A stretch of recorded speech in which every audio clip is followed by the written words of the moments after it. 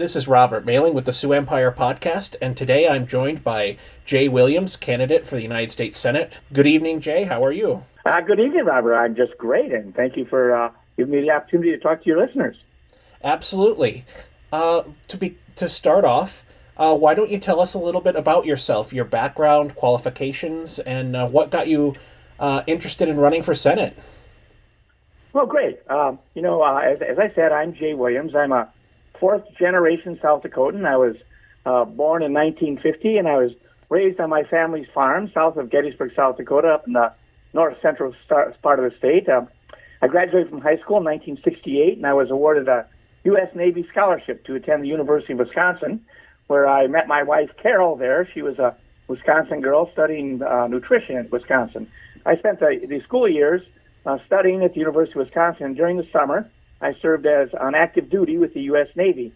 And during my last summer, I served aboard the USS Oriskany as a midshipman there, and the USS Oriskany was in the Western Pacific in Vietnam, so we spent the summer off the coast of Vietnam at a place called Yankee Station, which is just a piece of water off the coast of North Vietnam, and we spent every day from sunup till sundown launching jets loaded with bombs and recovering them after they delivered their ordnance, and at night a supply ship would come alongside and give us more bombs and more fuel so we could do the same thing the next day. And, that was really deadly serious business there, and it gave me as a young man an appreciation for what war is and a belief that that kind of terrible power should only be used as a last resort. I'll bet. I graduated from the University of Wisconsin and was commissioned as a naval officer and assigned to U.S. Navy Flight School, where I carrier qualified in a high-performance jet plane and earned my wings. And I spent the next 2 years in Europe as a search and rescue pilot, and 2 years after that in the East Coast of the United States as a search and rescue pilot. After that, after I got out of the Navy, I volunteered for the Peace Corps. My wife and I did, Carol and I did, and we were assigned to South America, Bogota, Colombia, actually, where we served in the Peace Corps. And that was another really interesting experience because, living and working in the third world where the government isn't like our government. They don't have all the regulations that the Republicans like to complain about. And as a result of that, things that we take for granted here in the United States, they don't have. We went down to Colombia with a group of about 50 of us in the Peace Corps. And after the first year, fully half of us had parasites, intestinal parasites from the drinking water. We take our drinking water for granted here in the United States, but in the third world, where they don't regulate the drinking water, the water is contaminated, and so it's kind of dangerous. So that was a really interesting experience, and it gave me some insights into that. And after that, I returned to college and earned a master's degree in computer science from Northern Illinois University and began my high-tech career. And as a high-tech software engineer, I worked first for Texas Instruments down in Dallas, Texas, and then I worked for two different startup high-tech companies out in California, Silicon Valley, which was another really interesting and exciting time. And that was back in the early 1980s, at the beginning of the computer revolution.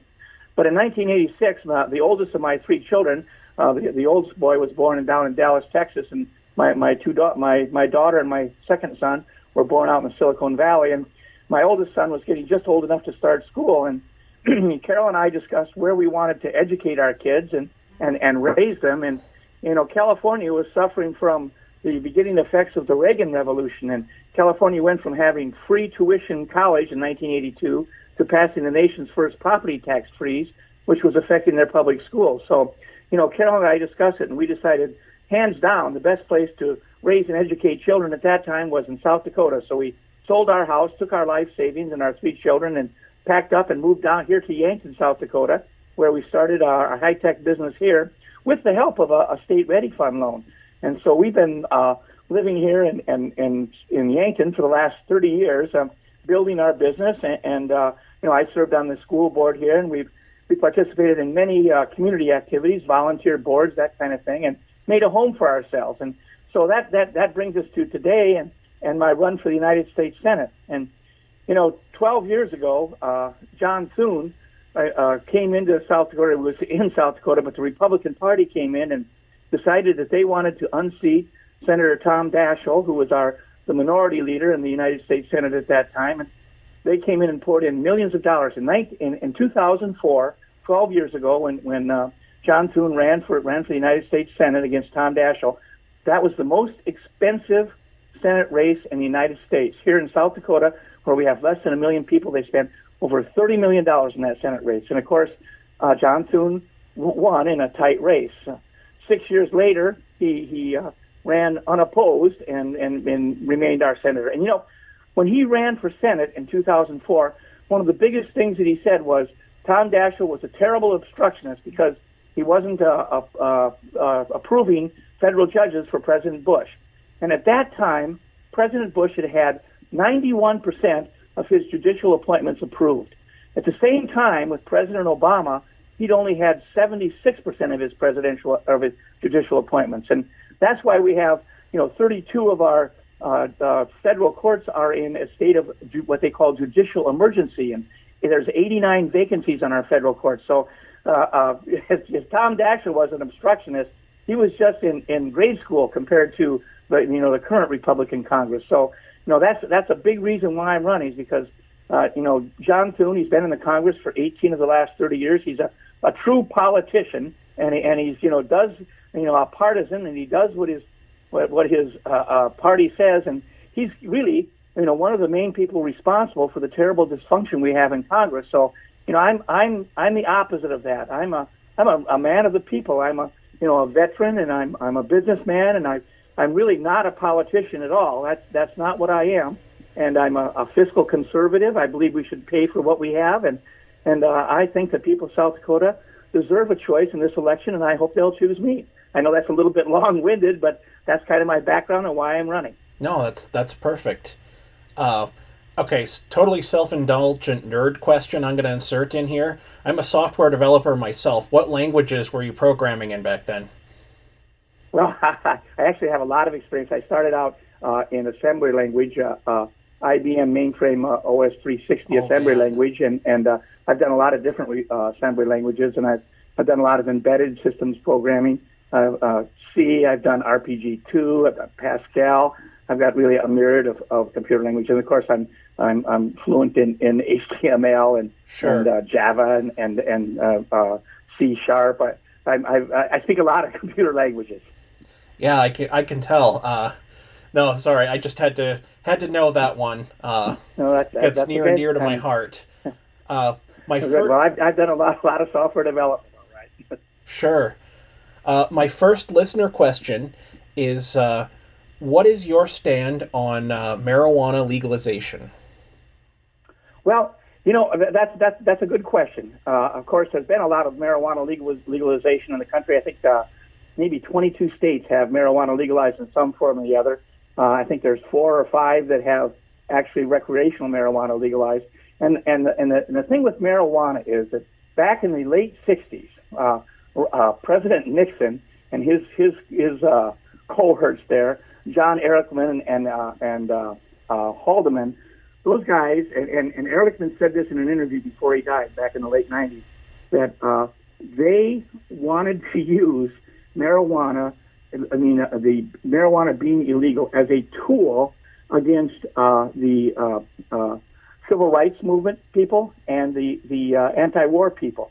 And so they did that, and they used that that illegality of marijuana in order to fill up our prisons with people who really shouldn't have been in jail, because marijuana is as 60% of the people in the country say today should be legalized. So I think the marijuana laws at the federal level, especially where it's still classified as a Schedule I drug. One of my biggest disappointments with President Obama is that he left marijuana on the Schedule I. So I believe that marijuana really it's not the sort of thing that should be legalized. That doesn't mean I'm saying quick run out and smoke marijuana.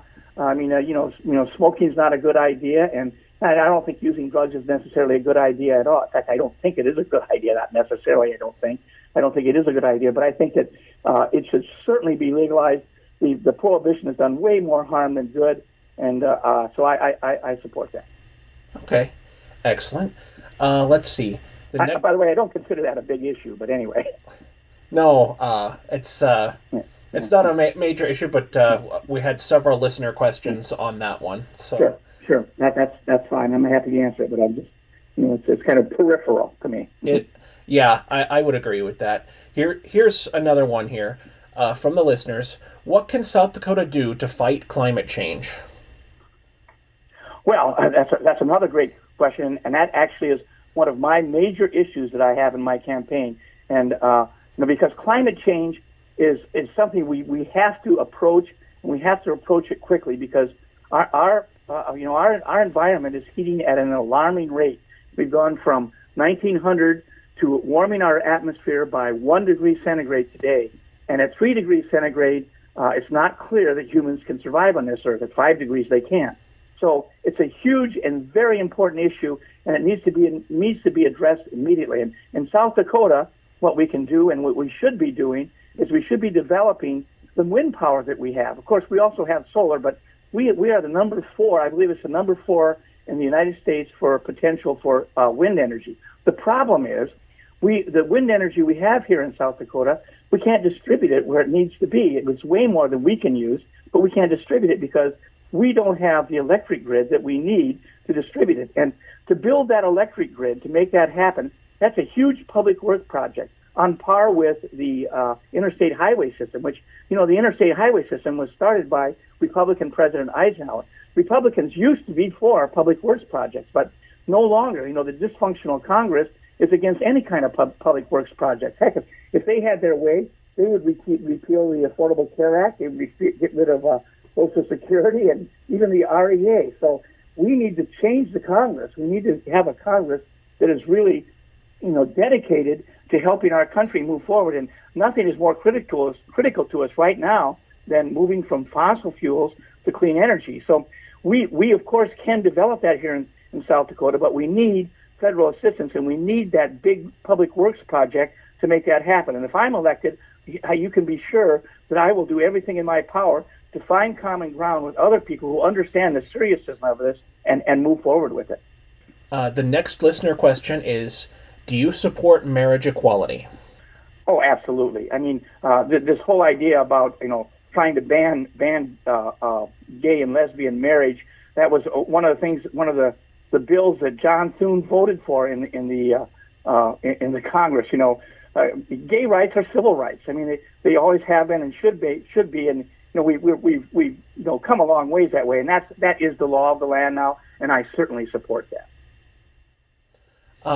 Kind of a follow-up question here, because there were kind of sub-questions of this, especially in regards to the transgender bathroom issue that was bigger during this session. What were your thoughts on that whole kerfuffle? What's really is sad about that is that transgender people are probably the most vulnerable people in our entire society, and these laws, these bathroom laws, are astoundingly mean and hateful. I mean, the whole idea that you would not let a person use the bathroom with the gender that they identify with, it just seems so mean to me, and no good reason for it. It's once again, this is a Republican issue that doesn't make sense. When people go to the bathroom, they go to the bathroom to relieve themselves. They don't go to the bathroom to have sex. Somehow the Republicans have it in their mind that's what's going on in the bathrooms, and that's sick, is what that is. So I think these whole transgender laws are terrible laws. North Carolina is suffering the issues of that. I give Dugard credit for that. He didn't let that pass in our state. But the whole idea that you'd even before such a thing is an anathema to me, and I think it's a bad idea, bad public policy. And I'm glad we don't have it in South Dakota. And North Carolina is suffering the results of that. And I would certainly be opposed to any kind of federal laws like that. Excellent. One last listener question. This one's kind of let me take you through it here. They say that it's going to take bipartisanship in Washington to get it moving again.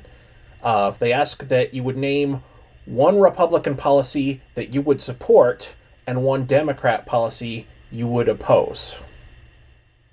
Well, I can tell you one Democratic position that I'm not in agree with, and the truth is I am not a partisan. I don't consider myself a partisan.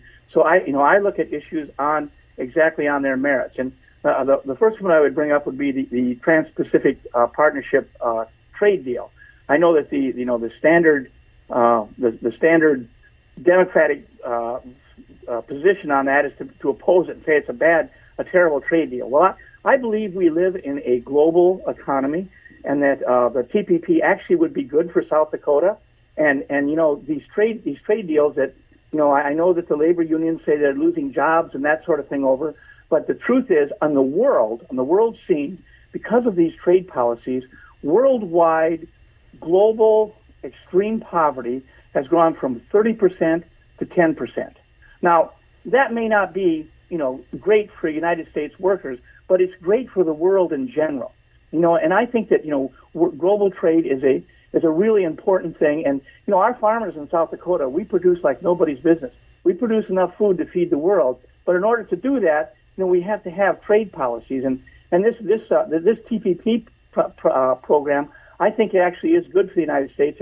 And I agree with the Republicans on that and disagree with the Democrats on it. The interesting thing about that is, President Obama, negotiated this policy and wants this deal, and the Republicans agree with him, and they have a majority in the Congress, and yet they can't get it through.